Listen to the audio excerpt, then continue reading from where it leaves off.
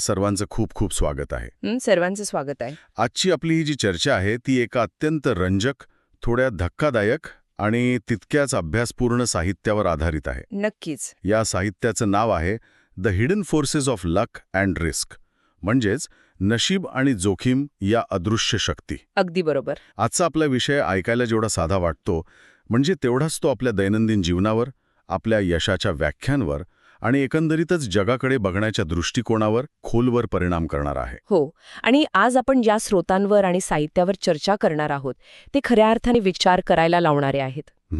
मानवी मानसशास्त्र, आपले निर्णय आणि पैशांचा किंवा यशाचा या सगळ्याशी कसा जवळचा संबंध असतो हे आपण यातून अतिशय बारकाईने समजून घेणार आहोत. आणि या आजच्या नव्या प्रवासाला सुरुवात करण्यापूर्वी मला एका मागील संदर्भाची उजळणी नक्की करावीशी वाटते. हो, ते गरजेचं आहे. कारण त्याचा आजच्या विषयाशी खूप जवळचा संबंध आहे.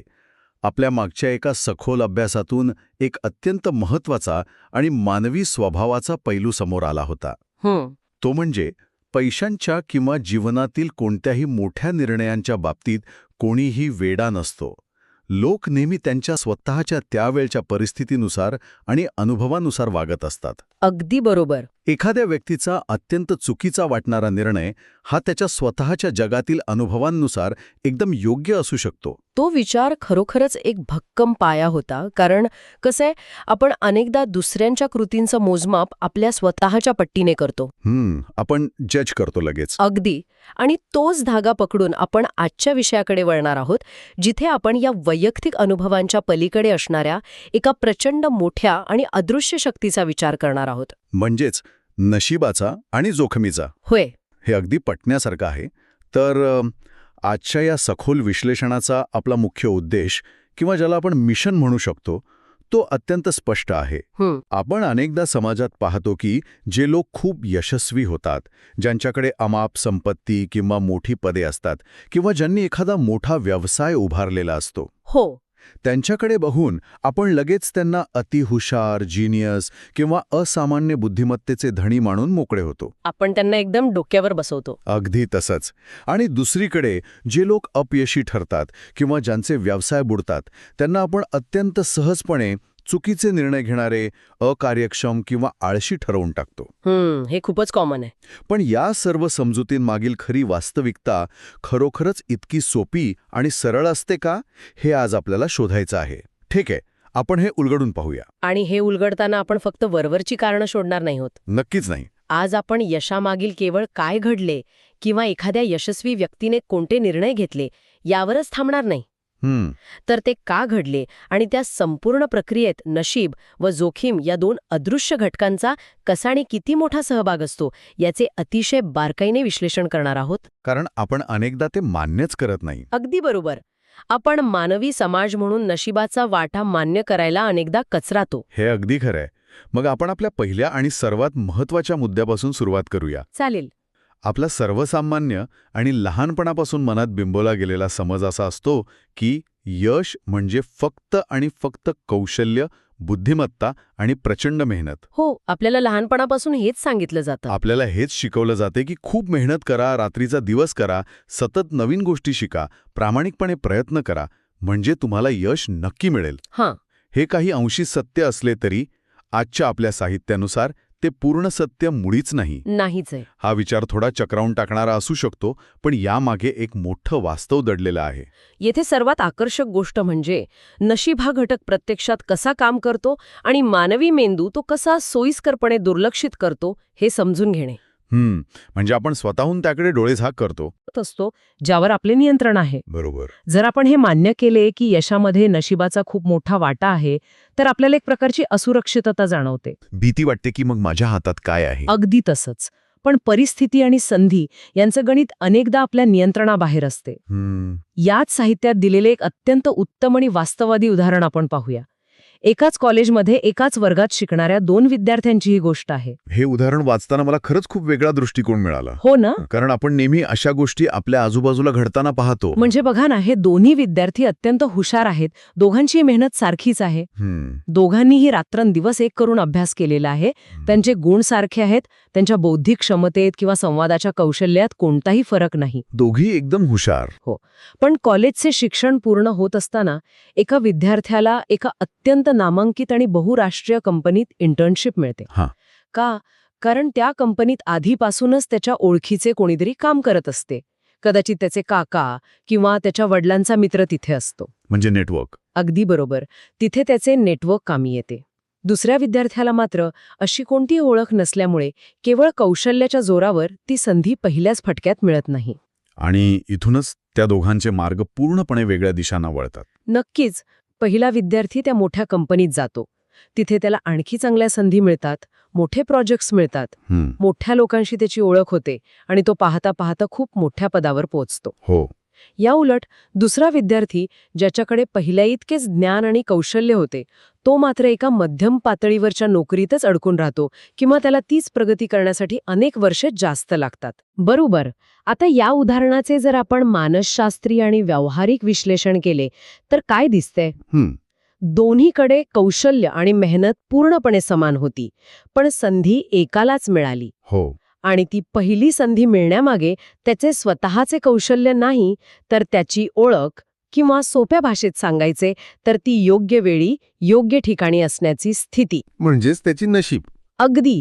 नशीब कारणीभूत होते.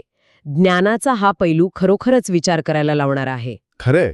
जेव्हा समाज त्या पहिल्या विद्यार्थ्याच्या यशाचे मोजमाप करतो, तेव्हा समाज ही नशिबाची किंवा ओळखीची किनार पूर्णपणे विसरून जातो आणि त्याला सेल्फ मेड किंवा अतिहुशार ठरवतो. हे ऐकताना मला एक गोष्ट जाणवते, ती म्हणजे आपला समाज नेहमी निकालावर म्हणजेच आउटकम्सवर लक्ष केंद्रित करतो, प्रक्रियेवर नाही. बरोबर.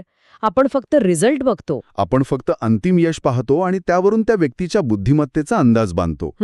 पण आता आपण पुढच्या मुद्द्याकडे वळणार आहोत, जो याहूनही जास्त विचार करायला लावणारा आणि आपल्या सर्वांच्या आवडीचा आहे. कोणता? तो म्हणजे यशस्वी लोकांचे आंधळेपणाने अनुकरण करण्यातील धोका. ओहो, हा तर खूपच महत्वाचा मुद्दा आहे. आपण नेहमी बाजारात मिळणाऱ्या यशस्वी लोकांच्या यशोगाथा, त्यांची चरित्रे अत्यंत आवडीने वाचतो. हो, आपण त्यांना फॉलो करतो. त्यांनी अमुक एका कठीण परिस्थितीत काय निर्णय घेतले, ते सकाळी किती वाजता उठतात, त्यांनी कोणत्या सवयी अंगीकारल्या, हे सर्व आपण जसेच्या तसे कॉपी करण्याचा प्रयत्न करतो. येथेच विषय खऱ्या अर्थाने रंजक होतो. हे आंधळे अनुकरण किती धोकादायक आणि तर्कहीन असू शकते हे समजून घेण्यासाठी साहित्यातील 100 व्यावसायिकांचं उदाहरण खूप चपखल आहे. याला मानसशास्त्राच्या भाषेत सर्व्हायव्हरशिप बायस किंवा बचावलेल्यांचा दृष्टिकोन असे म्हणतात. सर्व्हायव्हरशिप बायस. अच्छा. समजा एकाच वेळी 100 लोकांनी वेगवेगळे व्यवसाय सुरू केले. वास्तवात असे घडते की या 100 पैकी तब्बल 90 व्यवसाय काही वर्षांतच पूर्णपणे अपयशी ठरतात आणि बंद पडतात. बापरे, 90% फेल होतात. हो. केवळ 10 व्यवसाय तग धरून राहतात आणि यशस्वी होतात. आता मोठी गंमत अशी आहे की समाज म्हणून आपण फक्त त्या 10 यशस्वी लोकांकडेच पाहतो. आपण फक्त त्यांनाच बघतो. आपण त्यांचीच पुस्तके वाचतो, त्यांच्याच मुलाखती टीव्हीवर पाहतो, त्यांचेच पॉडकास्ट ऐकतो. आणि त्या मुलाखतींमध्ये ते काय सांगत असतात? आम्ही खूप मोठी जोखीम घेतली, आम्ही कधीही हार मानली नाही, आम्ही आमचं घर गहाण ठेवलं. हो, आमचा दृष्टिकोन जगापेक्षा वेगळा होता. अगदी. आणि हे सर्व ऐकून आपल्याला वाटते की यशाचा फॉर्म्युला सापडला. आपणही तसाच विचार करू लागतो की जर आपणही घर गहाण ठेवले आणि हार मानली नाही तर आपणही तसेच यशस्वी होऊ. जर आपण याला मोठ्या चित्राशी जोडले तर आपल्याला एक अत्यंत महत्वाची पण दुर्लक्षित गोष्ट जाणवेल. कोणती? जे 90 लोक अपयशी झाले आणि ज्यांचे व्यवसाय बुडाले, त्यांनीही कदाचित अगदी तीच मेहनत घेतली असेल. अरेच हो. त्यांनीही त्याच धाडसानी जोखीम घेतली असेल. त्यांनीही पहाटे 5 वाजता उठून काम केले असेल आणि त्यांनीही हार न मानण्याची जिद्द शेवटपर्यंत ठेवली असेल. पण तरीही ते अपयशी ठरले. का? कारण केवळ निर्णय आणि मेहनत पुरेशी नव्हती. अगदी तसंच. अर्थव्यवस्था कशी बदलत होती, ग्राहकांची मानसिकता त्या विशिष्ट महिन्यात कशी होती, एखादी नवीन जागतिक महामारी आली का, किंवा केवळ टायमिंग. टायमिंग खूप महत्वाचं. अशा अनेक गोष्टी ज्या त्यांच्या नियंत्रणात नव्हत्या त्यांनी त्यांना साथ दिली नाही. याचाच अर्थ असा की आपण फक्त बचावलेल्या किंवा यशस्वी झालेल्या लोकांकडे बघून जर यशाचे नियम बनवत असू तर ते पूर्णपणे चुकीचे ठरू शकते. नक्कीच. कारण त्याच नियमांचे पालन करून शेकडो लोक अपयशीही झालेले असतात, जे आपल्याला कधीच दिसत नाहीत. ते पडद्यामागेच राहतात. ते जोखीम किंवा रिस्क म्हणजे नक्की काय? रिस्क. आपण नेहमी जोखीम या शब्दाला धाडस किंवा शौर्य या अर्थाने पाहतो. एखाद्याने नोकरी सोडून व्यवसाय सुरू केला की आपण म्हणतो काय धाडसी माणूस आहे. हो, आपण लगेच कौतुक करतो. पण आर्थिक आणि व्यावहारिक जगात जोखीम म्हणजे फक्त छाती पुढे काढून उभे राहणे नव्हे. जोखीम म्हणजे निव्वळ अनिश्चितता. अनिश्चितता हा शब्द खूप महत्वाचा आहे, कारण आपण अनेकदा जोखीम आणि खात्री यांची गल्लत करतो. होय. जेव्हा एखादी व्यक्ती गुंतवणूक करते तेव्हा मार्केट उद्या वर जाईल की खाली हे निश्चित कोणालाच माहीत नसते. कोणालाच माहीत नसतं. एखादा नवीन व्यवसाय सुरू केल्यावर तो चालेल की बंद पडेल याची कोणतीही शाश्वती नसते. ही जी अनिश्चिततेची पोकळी आहे तिलाच खऱ्या अर्थाने जोखीम म्हणतात. ती एक अशी शक्ती आहे जी पूर्णपणे तुमच्या नियंत्रणाबाहेरची आहे. जोखीम म्हणजे अशी परिस्थिती जिथे तुम्ही सर्व काही योग्य करूनही तुम्ही हरू शकता. हा विचार खूप खोल आहे, कारण याच ठिकाणी मानवी भावना आणि मानसिकतेचा पैलू खूप महत्वाचा ठरतो. कसा काय? म्हणजे बघा ना, आपण अनेकदा एखाद्या यशस्वी व्यक्तीकडे बोट दाखवून सहज म्हणतो की बघा, त्यांनी सर्वस्वपणाला लावून मोठी जोखीम घेतली आणि तो जिंकला. तो खऱ्या अर्थाने हिरो आहे. हो, आपण त्याला हिरो बनवतो. पण आपण हे पूर्णपणे विसरतो की ज्या क्षणी ती व्यक्ती ती जोखीम घेत होती तेव्हा तिलाही तेवढीच प्रचंड भीती वाटत होती. अगदी बरोबर. ती व्यक्तीही हरू शकली असती. तिच्या मनातही प्रचंड गोंधळ आणि अनिश्चितता होतीच. जोखीम घेणे म्हणजे भीती नसणे असा होत नाही, तर भीती असूनही अनिश्चिततेत पाऊल टाकणे असा होतो. आणि तिथे जर नशिबाने साथ दिली तरच ती जोखीम जगाच्या नजरेत मास्टर स्ट्रोक ठरते. जर नशिबाने साथ दिली नाही तर तोच निर्णय मूर्खपणा ठरतो. हे अगदी अचूक विश्लेषण आहे. तुम्ही जो मास्टर स्ट्रोक विरुद्ध मूर्खपणा हा मुद्दा मांडलात तोच अधिक स्पष्ट करण्यासाठी आपण वास्तविक जीवनातील एक अत्यंत परिपूर्ण आणि आपल्या सर्वांच्या ओळखीचं उदाहरण पाहूया. कोणतं? जे शेअर मार्केटशी संबंधित आहे. ओहो, शेअर मार्केटचं उदाहरण. हे उदाहरण खरंच खूप रंजक आहे, कारण आपण सर्वजण आपल्या आजूबाजूला असे शेअर मार्केट तज्ज्ञ रोज तयार होताना पाहतो. खरंय. समजा 2 मित्र आहेत आणि दोघांनीही शेअर मार्केटचा सखोल अभ्यास करून गुंतवणूक करायचे ठरवले. दोघांनीही कंपन्यांचे ताळेबंद वाचले, त्यांची प्रगती पाहिली. आता पहिल्या मित्रांनी 2020 मध्ये गुंतवणूक केली, जेव्हा करोना आला होता. हो, त्यावेळी जगभरात अस्थिरता होती आणि मार्केट खूप खाली आलेले होते. त्याने पैसे गुंतवले आणि काही महिन्यांनी जेव्हा मार्केट पुन्हा वेगाने वर गेलं तेव्हा त्याने प्रचंड नफा कमावला. अगदी. आता तो मित्र छातीठोकपणे सगळ्यांना सांगतो की मी अतिशय योग्य वेळी योग्य निर्णय घेतला, माझ्याकडे मार्केट समजून घेण्याची उत्तम दृष्टी आहे. तो स्वतःची पाठ थोपटून घेतो. तो स्वतःला या यशाचा शिल्पकार मानतो. त्याला स्वतःच्या ज्ञानावर प्रचंड गर्व होतो. आणि मज्जेची गोष्ट म्हणजे तो अचानक सोशल मीडियावर फायनान्शियल गुरु बनून लोकांना सल्लेही देऊ लागतो. हो, व्हिडिओज बनवतो. जणू काही तो दुसरा वॉरेन बफेच आहे. यालाच मानसशास्त्रात नियंत्रणाचा भ्रम किंवा इल्युजन ऑफ कंट्रोल म्हणतात ना, जिथे आपल्याला वाटते की आपल्या ज्ञानामुळेच हे यश मिळाले आहे. अगदी तसंच. तो नियंत्रणाचा भ्रमच असतो. आणि आता आपण दुसऱ्या मित्राची बाजी पाहूया. या दुसऱ्या मित्रानेही तितकाच अभ्यास करून 2021 मध्ये गुंतवणूक केली. अच्छा. त्यावेळी मार्केट अगदी शिखरावर होते. त्याने पैसे गुंतवले आणि त्यानंतर लगेचच जागतिक कारणांमुळे मार्केट कोसळलं. त्याला खूप मोठे नुकसान सोसावे लागले. बापरे. आता समाज आणि आजूबाजूचे लोक त्याच्याबद्दल काय म्हणतात? त्याने चुकीची वेळ निवडली, त्याला मार्केटमधले काहीच कळत नाही, तो अत्यंत मूर्ख आहे, त्याने गुंतवणूक करायला नको होती. पण जर आपण या दोन्ही मित्रांच्या प्रक्रियेकडे काळजीपूर्वक पाहिले तर दोघांच्या निर्णयात आणि अभ्यासात तांत्रिकदृष्ट्या काहीच फरक नव्हता. काहीच नाही. दोघांनीही उपलब्ध असलेल्या माहितीच्या आधारे अतिशय लॉजिकल निर्णय घेतले होते. फरक फक्त एकाच गोष्टीचा होता, आणि तो म्हणजे वेळ आणि मॅक्रो इकॉनॉमिक्स, जे त्यांच्या हातात नव्हते. फक्त वेळेचा आणि परिस्थितीचा फरक. हाच नशीब आणि जोखमीचा खरा खेळ आहे, जो आपल्या डोळ्यांना सहजासहजी दिसत नाही. खरंय. पहिल्या मित्राच्या बाजूने नशीब होते, कारण त्याने घेतलेल्या निर्णयानंतरची परिस्थिती त्याच्यासाठी अनुकूल ठरली आणि मार्केटवर गेले. दुसऱ्या मित्राच्या वाट्याला जोखीम आली कारण त्याने घेतलेल्या निर्णयानंतरची परिस्थिती प्रतिकूल ठरली आणि मार्केट खाली आले. बरोबर. निर्णय घेताना दोघांनाही भविष्याची कोणतीही निश्चित माहिती नव्हती. या साध्या उदाहरणातून हा जो नशीब आणि जोखीम यामधील गुंतागुंतीचा विषय आहे तो किती मोठा आणि प्रभावशाली आहे हे स्पष्ट होते. हो. आपण निकालावरून माणसाची बुद्धिमत्ता ठरवण्याची किती मोठी चूक करतो हे यातून दिसते. हे सगळं ऐकल्यावर एखाद्या माणसाला स्वतःच्या यशाबद्दल वाटणारा अहंकार नक्कीच गळून पडायला हवा. अगदी. कारण जेव्हा आपण हे मान्य करतो की आपण कितीही हुशार असलो तरी अदृश्य शक्तींचा वाटा मोठा आहे, तेव्हा आपला जगाकडे बघण्याचा दृष्टिकोनच बदलतो. आणि तोच या साहित्यातील पुढचा आणि मानवी मूल्यांच्या दृष्टीने सर्वात महत्वाचा मुद्दा आहे. कोणता? नम्रता आणि क्षमाशीलता. या संपूर्ण विश्लेषणातून आपण काय शिकायला हवे? सर्वात मोठा धडा हा आहे की जर जीवनात मोठं यश मिळालं तर नेहमी नम्र राहा. कारण हे मान्य करावेच लागेल की केवळ मेहनत आणि हुशारी पुरेशी नव्हती. बरोबर. तर अनेक अदृश्य परिस्थितींनी, वेळेने आणि नशिबाने साथ दिली आहे जी कदाचित इतरांना मिळाली नाही. यशाचे श्रेय स्वतःला देताना त्या अदृश्य घटकांचे आभार मानायला विसरता कामा नये. आणि जर अपयश आले तर? कारण अपयश पचवणे सर्वात कठीण असते. तिथेच क्षमाशीलतेचा भाग येतो. अच्छा. स्वतःला किंवा इतरांना पूर्णपणे दोष देऊ नका. स्वतःला क्षमा करायला शिका. कारण जसे यश पूर्णपणे आपल्या हातात नसते तसेच अपयशही पूर्णपणे आपल्या चुकीमुळेच आलेले नसते. हे खूप दिलासा देणार आहे. अनेकदा कोणतीही चूक नसतानाही, सर्वोत्तम निर्णय घेऊनही वेळ आणि परिस्थिती विरोधात असू शकते.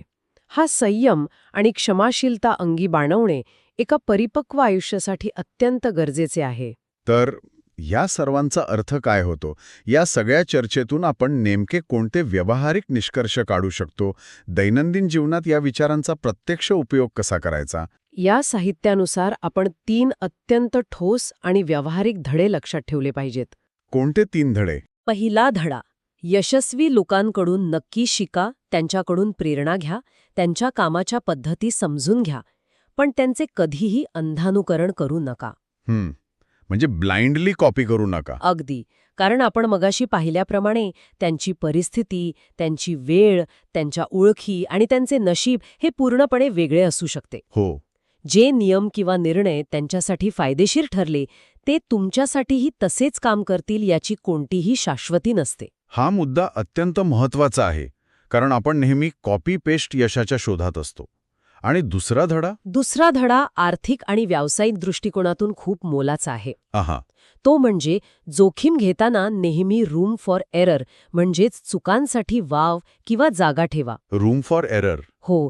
याचा अर्थ असा की एखादा निर्णय चुकीचा ठरला किंवा नशिबाने साथ दिली नाही तरी पूर्ण आयुष्य किंवा व्यवसाय उद्ध्वस्त होता कामा नये. म्हणजे सगळंच पणाला लावायचं नाही. नाही. सगळे पैसे किंवा सर्वस्व एकाच निर्णयावर, एकाच गुंतवणुकीवर किंवा एकाच प्रयत्नावर अवलंबून ठेवू नका. म्हणजे आपण ज्याला ऑल इन जाणे म्हणतो त्याची इथे चर्चा होतीये. आपण अनेकदा चित्रपटांमध्ये पाहतो की हिरो आपले सर्वस्व पणाला लावतो आणि जिंकतो. हो. आपण त्याला रोमॅन्टिसाइज करतो. आपण त्या कल्पनेला रोमॅन्टिसाइज करतो. पण वास्तवात तसे करणे ही एक प्रकारची आर्थिक किंवा व्यावसायिक आत्महत्याच ठरू शकते. अगदी. कारण जर जोखीम अंगळट आली तर परत उभं राहायला काहीच उरत नाही. अगदी तसंच. अशी व्यवस्था करा की जरी जोखीम अंगलट आली आणि अपयश पदरी पडले तरी उद्या पुन्हा एक नवीन डाव मांडण्यासाठी तुम्ही जिवंत आणि सक्षम असाल. याच रूम फॉर एररमुळे माणूस बाजारात टिकून राहतो. बरोबर. आणि तिसरा आणि शेवटचा मुख्य धडा: नशिबाचा आदर करा आणि जोखीम अचूकपणे ओळखा. जेव्हा गोष्टी मनासारख्या घडतात आणि मोठं यश मिळतं तेव्हा नशिबाचे आभार मानायला विसरू नका. आणि जेव्हा मनासारख्या घडत नाहीत तेव्हा नवीन पाऊल उचलताना त्यात अनिश्चितता आहे आणि काहीही घडू शकते हे कठू सत्य स्वीकारूनच पुढे जा. हा संपूर्ण प्रवास खरोखरच विचारांना एक नवीन दिशा देणारा ठरला आहे. आजच्या या चर्चेने यशाकडे आणि अपयशाकडे बघण्याचा एक अत्यंत प्रगल्भ आणि शांत करणारा दृष्टिकोन आपल्याला दिला आहे. नक्कीच.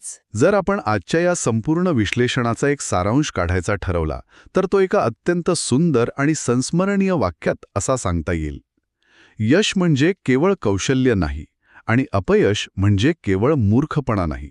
वा, अगदी योग्य वाक्य आहे हे. या दोन्ही गोष्टींच्या पलीकडे नशीब आणि अनिश्चिततेचे एक खूप मोठं आणि अदृश्य जग कार्यरत असते. हे अगदी योग्य वर्णन आहे.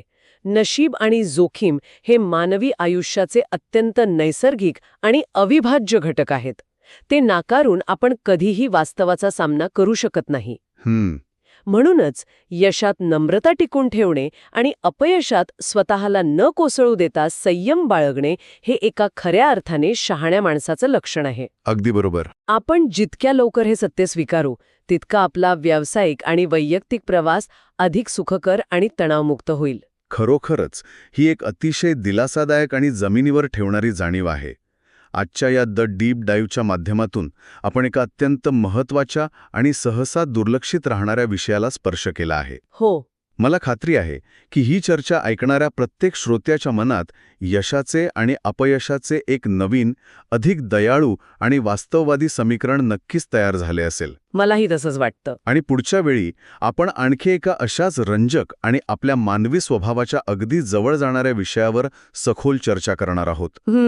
त्या आगामी साहित्याचा विषय आहे नेव्हर इनफ, म्हणजेच कधी पुरेसं म्हणजे पुरेसं. हो, हा विषय तर खूपच कुतूहल निर्माण करणारा आहे. मानवी हाव, पैशांची भूक आणि समाधानाच्या सीमारेषा कुठे संपतात याचा आपण पुढच्या वेळेस अत्यंत रंजक वेध घेणार आहोत. तो विषयही आजच्यासारखाच नक्कीच डोळे उघडणारा आणि आत्मपरीक्षण करायला लावणारा असणार आहे. आजची ही चर्चा संपवण्यापूर्वी नेहमीप्रमाणे एक विचार करायला लावणारा प्रश्न मी सर्वांसाठी सोडून जात आहे. नक्की. आपण आज पाहिलं की यशामध्ये आणि अपयशामध्ये आपली मेहनत आणि निर्णयांसोबतच परिस्थिती, वेळ आणि नशिबाचा किती मोठा अदृश्य खेळ असतो. त्यावर आधारित माझा प्रश्न असा आहे, जर यशात खरोखरच नशिबाचा आणि बाह्य परिस्थितीचा इतका मोठा वाटा असेल, तर आपण आपल्या समाजात किंवा कामाच्या ठिकाणी, विशेषतः कॉर्पोरेट जगात लोकांना ज्या प्रकारे शाबासकी देतो, त्यांच्या कामाचं मूल्यांकन करतो किंवा त्यांना बक्षीस म्हणून जे मोठे बोनस देतो, त्या संपूर्ण व्यवस्थेतच आपण मुळापासून बदल करायला हवा का? हा खरोखरच विचार करायला लावणारा प्रश्न आहे. यावर सर्वांनी नक्की विचार करा. ज्या लोकांना आजचे हे सखोल विश्लेषण आवडले असेल, ज्यांना काहीतरी नवीन आणि वेगळं शिकायला मिळाले असेल, त्यांनी नक्की लाईक करा. आपल्या मित्रपरिवारासोबत आणि सहकाऱ्यांसोबत हा भाग शेअर करा आणि चॅनलला सबस्क्राईब करायला विसरू नका. नक्कीच. आज आपण इथेच थांबूया. जाता जाता एकच गोष्ट लक्षात असू द्या, मेहनत नक्की करा, 100% द्या, पण नशीब आणि जोखीम या अदृश्य शक्तींना कधीही विसरू नका. धन्यवाद.